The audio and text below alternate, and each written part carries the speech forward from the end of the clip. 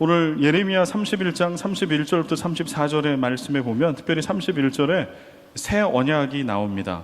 여호와의 말씀이니라 보라 날이 이르리니 내가 이스라엘 집과 유다 집에 새 언약을 맺을 것이다.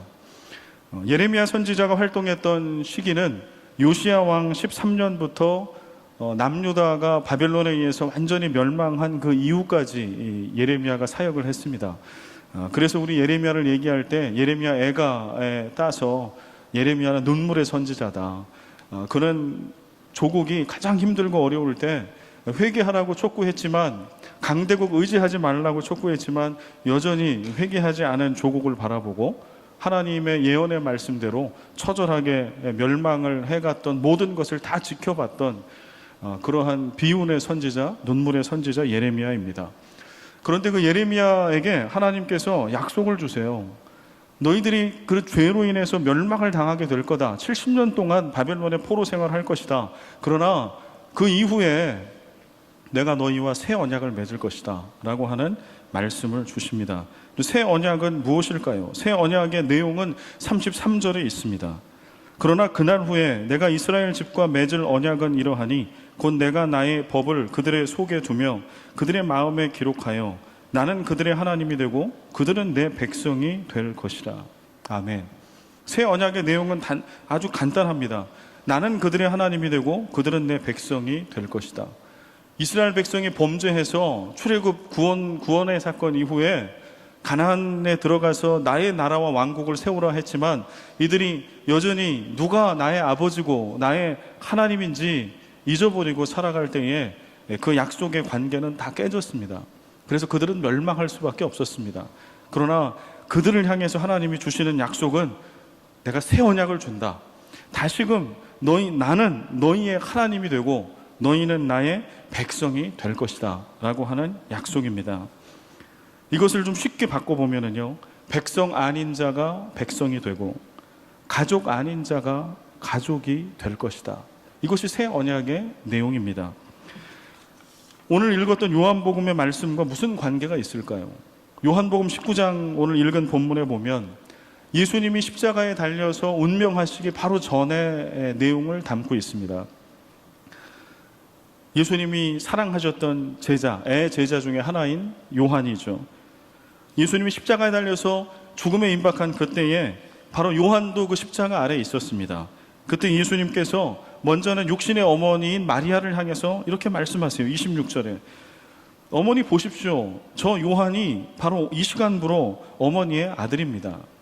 그리고 27절에 보면 그 요한에게 이야기하기를 요한아 보아라, 이 시간부터 바로 저 분이 너의 어머니다 라고 하는 말씀이죠.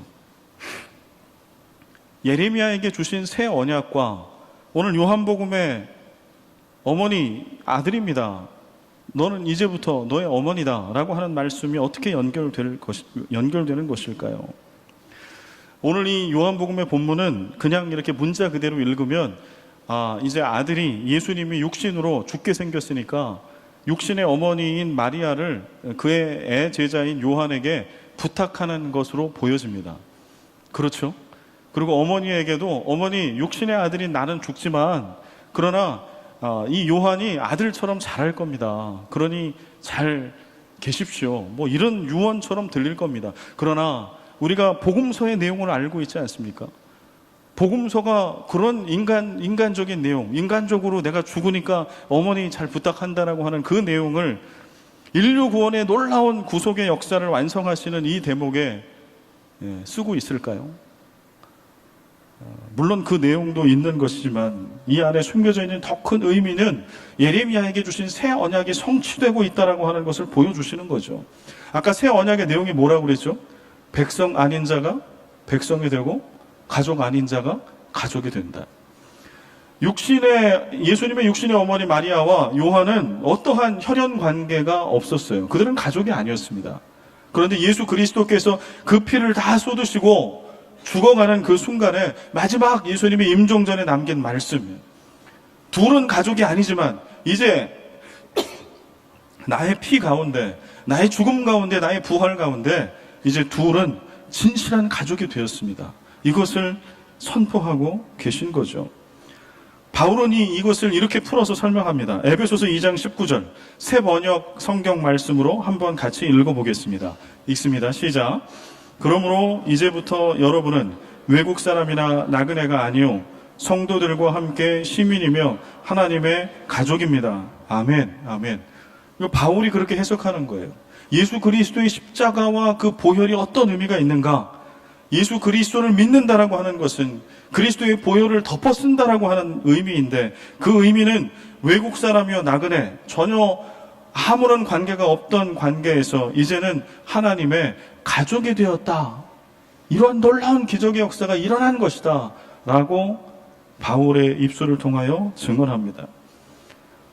아까 우리 이경아 집사님 간증하실 때 그런 얘기 하셨잖아요. 처음에 입양할 것에 대해서 생각하면서 성경을 보니까 성경에 곳곳에 우리는 주님의 자녀다라고 하는 말씀이 있다고. 여러분 다 아시죠? 성경의 곳곳에요, 우리를 향해서 우리가 주님의 자녀라고 얘기해요.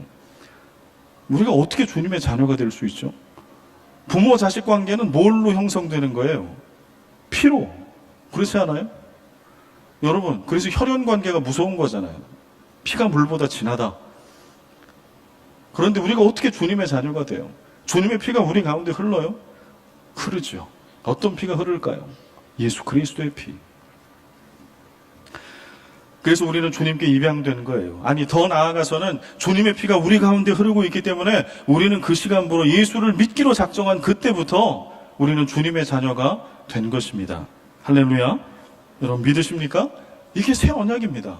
백성이 아니었던 자가 하나님의 백성이 되고, 가족이 아니었던 자가 예수 그리스도의 피로 진실한 하나님의 가족이 되는 이런 놀라운 기적의 역사. 그런데 이것을 제가 강단에서 많이 말씀드려요. 그런데 이거를 그냥 교리적으로 들으시는 경우가 참 많은 것 같아요. 아, 그렇죠. 우리는 믿음 안에 한 가족입니다 라고 제가 누누이 말씀 많이 드렸어요. 특별히 작년에 교회 설립 20주년 맞아서 참 많이 말씀을 드렸어요. 그런데 아, 그렇지 뭐 한 교회니까 우리가 잘 지내야지, 이 정도로 생각하시는 것 같아요. 그러나 이 말씀은 그런 뜻이 아닙니다. 진짜로, 실제로 예수를 구주로 믿을 때에 우리는 그리스도의 피로 한 가족이 되어지는 것입니다. 예수 그리스도 안에 새로운 가족 관계가 탄생한다라고 하는 오늘 이 새 언약의 말씀 두 가지로 볼 수 있습니다. 하나는 이거예요. 상처받아 깨어지고 부서진 우리의 혈연 가족 관계가 새로워진다라고 하는 거예요. 우리의 혈연으로 맺어진 가족 관계, 부모의 부족함과 자녀들의 부족함으로 상처 주고 상처받고 깨어지고 부서진, 그래서 오늘날 사회가 얘기할 때는 가정이 해체됐다라고 얘기하는 이 지경까지 와버렸죠. 혈연 관계로 있고 분명한 호적으로 가족이나, 그러나 가족이 아닌 것 같은 그 상처받은 가족이 우리 가운데 얼마나 많이 있어요. 그러나 우리가 예수를 믿는 그 순간에 어떤 일이 벌어지는고 하니, 상처받고 깨어지고 부서진 우리의 혈연의 가족 관계가 어떻게 돼요? 새로워져요. 그리스도의 피로 새로운 관계로 돌입해요.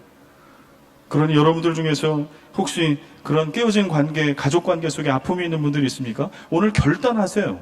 주님은 이미 이 일을 완성하셨어요. 우리에게 새 언약을 성취해 주셨어요. 예수 그리스도의 피 아래서. 문제는 우리가 그 일이 일어나지 않은 것처럼 오늘 살아가는 것 뿐이에요. 나는 여전히 걸을 수 없어. 나는 여전히 행복할 수 없어. 그 과거 때문에, 이 현재 때문에. 그렇지 않습니다. 우리는 예수 그리스도 안에서 이미 새로워진 존재들입니다. 선포하십시오. 두 번째는요, 혈연 관계로는 도저히 가족이 될 수 없는 이들이 진정한 가족으로 다시 태어납니다. 예수 그리스도, 예수의 보혈 안에서. 우리 이경아 집사님 그 가족처럼 그런 놀라운 가족이 아닌 자가 가족이 되는, 오늘 이 자리 예배드리는 이 자리도 얼마나 감격스러운 자리인지 모르겠습니다. 오늘 13명의 유아세례 세례 입교인이 생기게 되는데요, 예수 믿기 이전에, 세례받기 이전에는 주인이 나였어요. 그러다 이제 오늘 세례를 받음으로 주인이 바뀝니다. 아비가 바뀝니다. 그래서 우리는 이제 한 아버지, 한 부모 밑에 한 믿음의 가족으로 탄생하는 겁니다. 바로 세례식은 그런 의미가 있습니다. 그래서 오늘은 잔치의 날이고 오늘은 복된 날입니다. 우리는 마닐라 뉴라이프 처치라고 하는 교회 안에서 예수 그리스도의 피로 한 가족이 된 존재들인 줄 알고 믿습니다. 이제 그렇게 살아내야 하겠죠.